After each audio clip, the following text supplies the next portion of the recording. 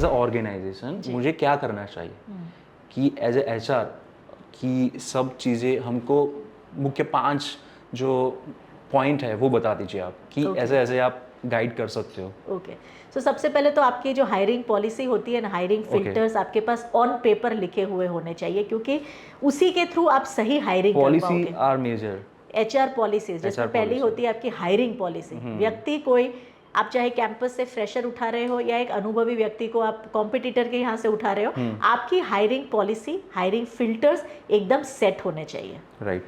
उसके बाद जब वो व्यक्ति आ गया तो आपको सबसे पहले अपनी ऑर्गेनाइजेशन को का विजन क्या है वो उस व्यक्ति को कॉन्स्टेंटली कम्युनिकेट करना चाहिए। ऐसे नहीं कि ऑनबोर्डिंग ट्रेनिंग जो 3 दिन की हुई उसमें समझा दिया, तो हमें ये नहीं सोचना चाहिए कि उस व्यक्ति ने, सब स्टूडेंट ने या एम्प्लॉय ने सब समझ लिया। It has to be a constant process for at least 3 months, जहां आप अपनी कंपनी के विजन को, स्टेटमेंट्स को समझाओगे, उसको ट्रांसलेट करोगे, उसको डाउनलोड करोगे, और आपको ये भी कॉन्स्टेंटली देखते रहना है कि वो ग्रहण कितना कर रहा है, क्या वो समझ पा रहा है आपके विजन को। ये एक सेकेंड चीज़ हुई। एंड थर्ड थिंग इज कि उस व्यक्ति को रिटेन करने के लिए सबसे पहले आपको उस व्यक्ति का भविष्य दिखाना पड़ेगा, जो डायरेक्टली आप उसको टेबल पे बैठा के नहीं बता सकते कि आप यहाँ हो और यहाँ पहुँच सकते हो, लेकिन इनडायरेक्ट वे में आपको बताना पड़ेगा कि कंपनी 5 साल में यहाँ होगी, सो आप यहाँ पर होने की पॉसिबिलिटी है। सो ये विश्वास, ये ट्रस्ट, बिकॉज ये ट्रस्ट दोनों साइड होना चाहिए, एम्प्लॉय को एम्प्लॉयर के ऊपर और एम्प्लॉयर को एम्प्लॉय के ऊपर, तभी ये गाड़ी जो होती है वो बिजनेस की एक प्रोग्रेसिव वे में आगे बढ़ती है। सो वो ट्रस्ट डेवलप कराने के लिए एम्प्लॉय को भी कॉन्स्टेंटली अपने एफर्ट्स डालने पड़ते हैं, और वैसे ही एम्प्लॉयर को भी वो ट्रस्ट जीतना पड़ता है। रिटेंशन का number 1 strategy is that, to win trust. Second thing, आप उसको अपना, उसका भविष्य दिखाओ अपनी कंपनी में, कि 5 साल में जब कंपनी यहाँ पे पहुँचेगी तब आप कहाँ पे पहुँच सकते हो। थर्ड थिंग इज, जो भी छोटी छोटी चीज़ों को वो अचीव करें उसको अप्रिशिएट करो, उसको एक्नोलेज करो। जो ये जनरेशन है जेन जी, अगर हम बात करें, they our attention seekers.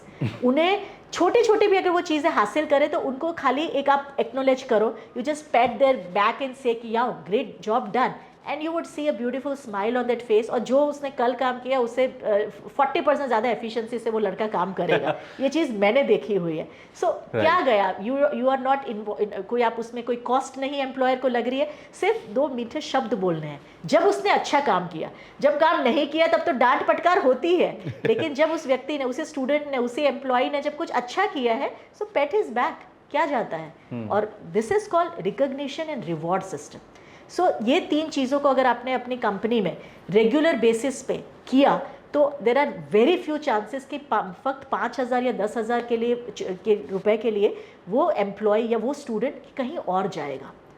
Company जो होती है, एज ए बड़ी बड़ी कंपनी के भी एग्जांपल है मेरे पास, कि एक है मेरा दोस्त ही था, वो बड़ी कंपनी में जॉब कर रहा था, उसको दूसरी जगह दूसरे देश में एक ऑफ़र आई, बहुत ही अच्छी ऑफ़र थी, लेकिन वो 5-6 साल से यहाँ पे वर्क कर रहा था, तो उसको इमीडिएटली वहाँ पे ज्वाइन करना था। तो अभी हमारी जैसे कि हर एक कंपनी में पॉलिसी अलग अलग होती है, तो उसके भी थोड़े पैसे कट रहे थे कि अगर आप छोड़ के जाओगे तो आपको ये बाद में ऐसा मिलेगा, ऐसा मिलेगा, तो इमीडिएटली उसको ज्वाइन करना पड़ा वहाँ पे। तो वो कंपनी अभी देने के लिए मना कर रही है, तो उसका राइट है कंपनी का। देखिए एचआर एक्चुअली उसने नोटिस पीरियड सर्व नहीं किया था, 3 महीने का नोटिस पीरियड था, ऐसा था उसका, तो उसने 1.5 महीना ही किया, तो फिर कर सकता है ऐसा। सो देखिए, जब आप कोई भी एक जॉब आप ज्वाइन करते हो तो सबसे पहले जो मैंने एचआर पॉलिसी आपको बताया ना, उसमें जो ज्वाइनिंग डॉक्यूमेंट्स होते हैं, तो अगर आप कोई employment bond, it is not legal in India. अगर हम बात करें तो आप एम्प्लॉयमेंट बॉन्ड नहीं करा सकते हो, it has to be legalized अगर आपको कराना है। लेकिन फिर भी हमने देखा गया कई स्टार्टअप कंपनीज एक बॉन्ड एग्रीमेंट बना देती है और वो बॉन्ड एग्रीमेंट के ऊपर साइन करा लेते हैं। लेकिन जो आपका अपॉइंटमेंट लेटर होता है, अपॉइंटमेंट लेटर के अंदर एक क्लॉज होता है कि आपको 3 मंथ्स का नोटिस पीरियड उस व्यक्ति को सर्व करना है, और अगर वो 3 महीने का नोटिस पीरियड उसने नहीं सर्व किया तो जो उसका जो फुल एंड फाइनल सेटलमेंट होता है, FNF जिसको हम बोलते हैं, तो उसमें वो व्यक्ति, वो उसके पैसे कट जाते हैं।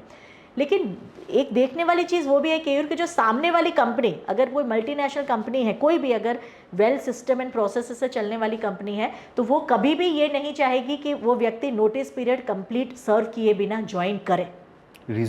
रीज़न है क्योंकि आगे जाके कई लीगल एम्प्लॉयमेंट्स के जो इश्यूज आ सकते हैं, because see we in India we work according to Bombay shop and establishment act. अगर करंट कंपनी जो छोड़ के वो दूसरी कंपनी में गया है और अगर उसने नोटिस पीरियड सर्व नहीं किया है तो दिस कंपनी कैन स्यू कुछ मतलब it can sue against that particular person और कंपनी एज वेल। उसको भी हम ये कंपनी नोटिस लीगल नोटिस भिजवा सकती है कि आपने उसको कैसे हायर किया, बिकॉज नो ऑब्जेक्शन, एक नो ड्यू सर्टिफिकेट और नो ऑब्जेक्शन सर्टिफिकेट होता है जो एक मैंडेटरी डॉक्यूमेंट होता है एज ए ज्वाइनिंग। तो अगर वो नो ऑब्जेक्शन सर्टिफिकेट ये कंपनी उसको कभी नहीं देगी क्योंकि उसने अपना नोटिस पीरियड सर्व ही नहीं किया है, तो नो ऑब्जेक्शन सर्टिफिकेट के बिना जो नया एम्प्लॉयर है उसने उसको कैसे अपॉइंटमेंट लेटर या ऑफर लेटर दिया, ये क्वेश्चन आ सकता है।